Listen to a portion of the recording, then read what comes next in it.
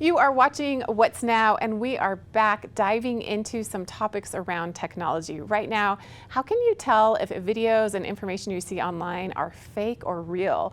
Well, I recently spoke with an expert from Adobe who spends most of his time working on this and has some great advice for us. Let's take a look. From altered photos to deep fake manipulated videos, mis and disinformation is eroding our ability to trust what we see online. To combat this growing challenge, a global alliance is stepping up to provide technical solutions that aim to increase trust and transparency online. Andy Parsons, Senior Director of Adobe's Content Authenticity Initiative, is here to discuss the steps to help solve this problem. Thanks, Andy, for being here. My pleasure. It's good to be here with you. Can you tell us what the Content Authenticity Initiative is? Yes. So the Content Authenticity Initiative was founded in 2019 by Adobe and our initial two partners, Twitter and the New York Times. And the idea was to establish something we call content provenance, digital content provenance, the ground truth about how media is made, how it may have been manipulated, who's responsible for it. And since its founding in 2019, it's grown to over 750 active members, spanning camera manufacturers like Nikon to purveyors of news and information like the Associated Press, the BBC, Reuters, many folks from academia studying the problem, and even human rights organizations who are concerned about ground truth and trust online. And we work in three key areas. One is to establish global standards, technology standards, so that this technology and technique can be adopted by anyone, anywhere across the globe. We published a technical standard called the C2PA in January of this year. Second is to put these tools to work in the Adobe Creative Cloud, starting with Photoshop, which many of your folks will know, in a feature called Content Credentials. And third is to mount a broad advocacy and education campaign. Conversations like this will help us get the word out so that consumers can know what to expect when content authenticity is available in browsers, mobile apps, et cetera, in a ubiquitous way. Why is it so important, especially in this day and age, to know if content is trustworthy? Well, I think it's fair to say that not a day or hour goes by that anyone on social media or browsing the web doesn't encounter something that may be misleading, whether they know it or not. There's misinformation, which is the inadvertent sharing of information that's actually false. And then there's the more damaging, dangerous disinformation, where increasingly sophisticated techniques are used with the malicious intent to deceive us and make us believe things that aren't true. And I think there are countless examples. Most recently, one need only look at the war in Ukraine to find examples of deepfake and so-called cheap fake videos and images of President Zelensky, Vladimir Putin. Frankly, these technologies can very convincingly make people appear to say and do things that they never said or did. And that's a very dangerous situation for democracy, truth, freedom of speech, et cetera. The key there is to establish ground truth about how something was made, who made it in cases where it's prudent to share that, and how it may have been altered from the moment it was captured on a camera to the moment you see it on your news feed or social media of choice.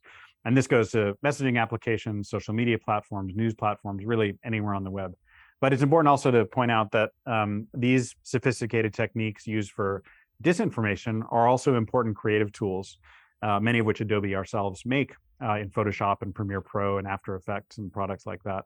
If you look at a recent example like the Kendrick Lamar music video, where Kendrick Lamar is shown to transform into various celebrities and express different points of view, that's a really creative, powerful technique using artificial intelligence to provide incredibly photorealistic depictions of people who never did those things in Kendrick's music video.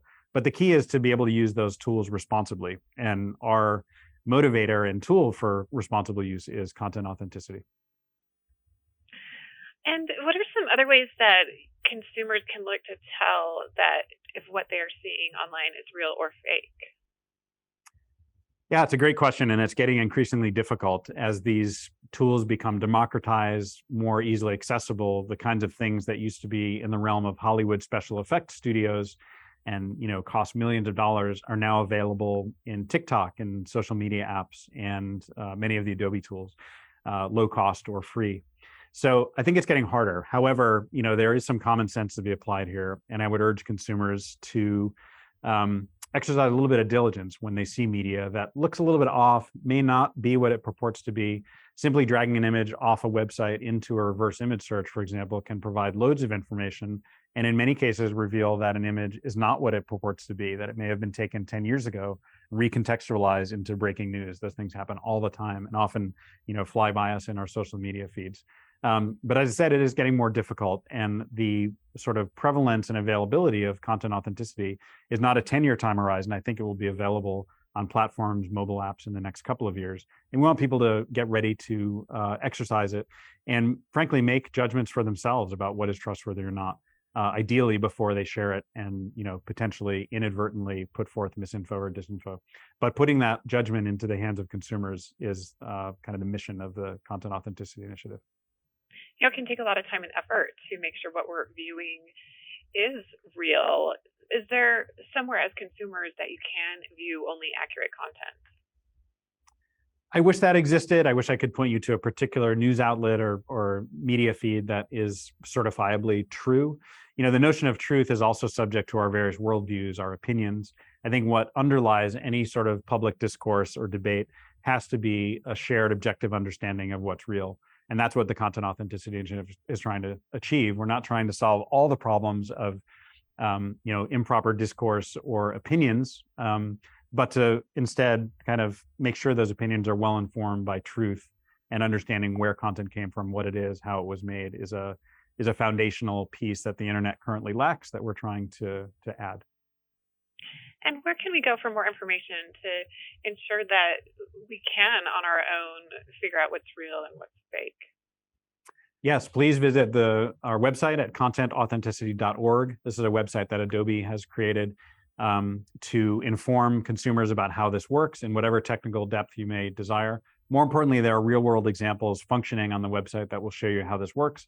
And to your point, how easy it is to show this information. It doesn't require anything beyond a mouse click or a tap to reveal additional information, and do that diligence in a very simple, straightforward way, so that people, again, can decide what they wish to trust or distrust.